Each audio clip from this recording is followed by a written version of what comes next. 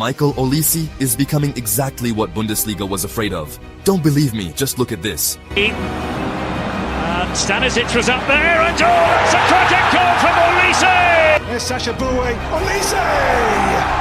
Let's go again is the option. Michael Olise might not need it, he doesn't. He's put it in anyway. Some footballers announce themselves with noise, speed, and chaos. But there are others who glide into matches so smoothly that you don't even realize how much control they've taken until the game is already tilted in their favor. And Michael Olise lives entirely in that space. The space where football feels less like a battle and more like choreography. He doesn't chase the spotlight, he bends it. He doesn't overwhelm games with volume. He edits them, trimming away options, adding angles, deciding when the crowd should inhale. In an era obsessed with intensity and repetition, Olise feels almost rebellious, not because he refuses to work, but because he refuses to rush, and that calm is exactly what makes him so dangerous.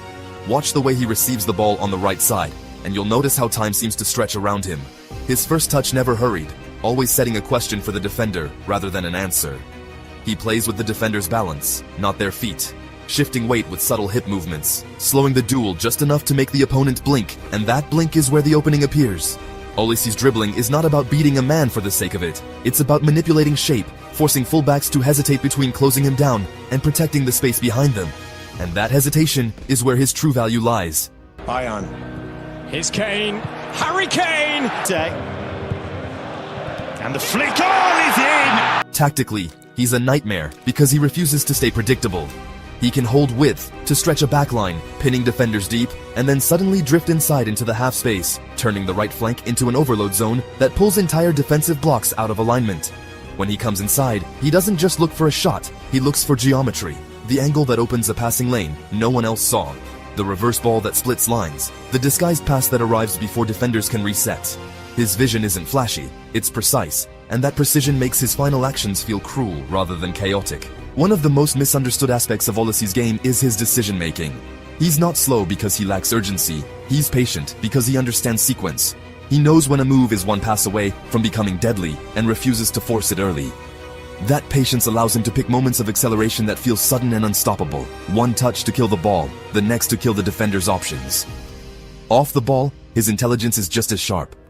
He positions himself between lines where defenders can't fully engage without exposing space elsewhere, constantly offering himself as a solution rather than demanding the ball, and that makes him a natural conductor for possession-based attacks.